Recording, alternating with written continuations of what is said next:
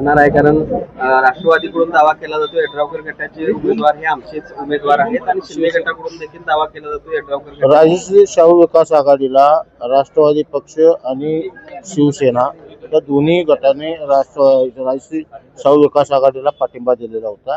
त्यामुळे आम्ही महायुतीचे घटक पक्ष असल्यामुळे महायुती बरोबरच राहणार. महायुती बरोबरच राहणार आम्ही. अध्यक्ष पदासाठी राष्ट्रवादीनं दावा केलेला तर आहेच, मात्र निर्णायक जी काही आकडेवारी आहे ती तुमच्याकडे आहे. काही पदांच्या संदर्भात काही तुमचा क्लेम असणार आहे का किंवा दावा असणार आहे का पदांवर? महायुती जो निर्णय घेईल त्याच्याबरोबर आम्ही असणार. शिरोळ तालुक्यात आपण बघितलं 7 पैकी 4 ठिकाणी आपल्याला यश मिळालेलं आहे. 2 ठिकाणी आमच्या थोडक्यात उमेदवार आमची पराभूत झाले, नाहीतर आमची संख्या ही 6 वर गेली असते.